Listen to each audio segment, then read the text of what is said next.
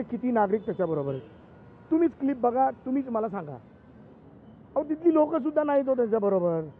माझी तर विनंती आहे अजितदादांना, दादा कृपया ज्याच्या तोंडाला बावासीर झाला, पाईल झालाय, मुळव्याध झालाय, तुमच्या पक्षाला हा माणूस डुबवणार आहे, कृपया तुम्ही खूप कष्ट करून पवार साहेबांसारख्या पितृतुल्य माणसाबरोबर आपण वैर घेऊन आपण पक्ष वेगळा केला आणि अशा पक्षाला संपवायची या माणसाने सुपारी घेतली का असं मला आता वाटतंय.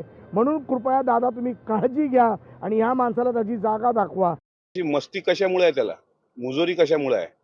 एवढी मस्ती आणि मुजोरी पोलिसाचा अभय असल्याशिवाय होऊ शकत नाही. स्वतः महाराष्ट्राचे गृहमंत्री माझ्यासोबत बोलले. आता मी स्वतः विरोधी पक्षनेते विधान परिषदेचे अंबादास दानवे यांच्या कानावर हा सगळा घटनाक्रम टाकला. काल परवा दिवशी उपमुख्यमंत्र्यांनी स्वतः याबाबत विचारपूस केली. एवढं सगळं असताना याला हा माजलाय कोणाच्या भरोशावर हे पाहायला पाहिजे.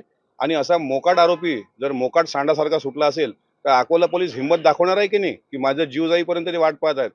मी जीव गेला तरी चालेल, पण हा कर्णबाळा या पोलिसांचा जावई बनलाय का हे मात्र विचारलं पाहिजे. आणि तो सुटलाय की त्याला अभय दिलंय या तळात तर गेलंच पाहिजे.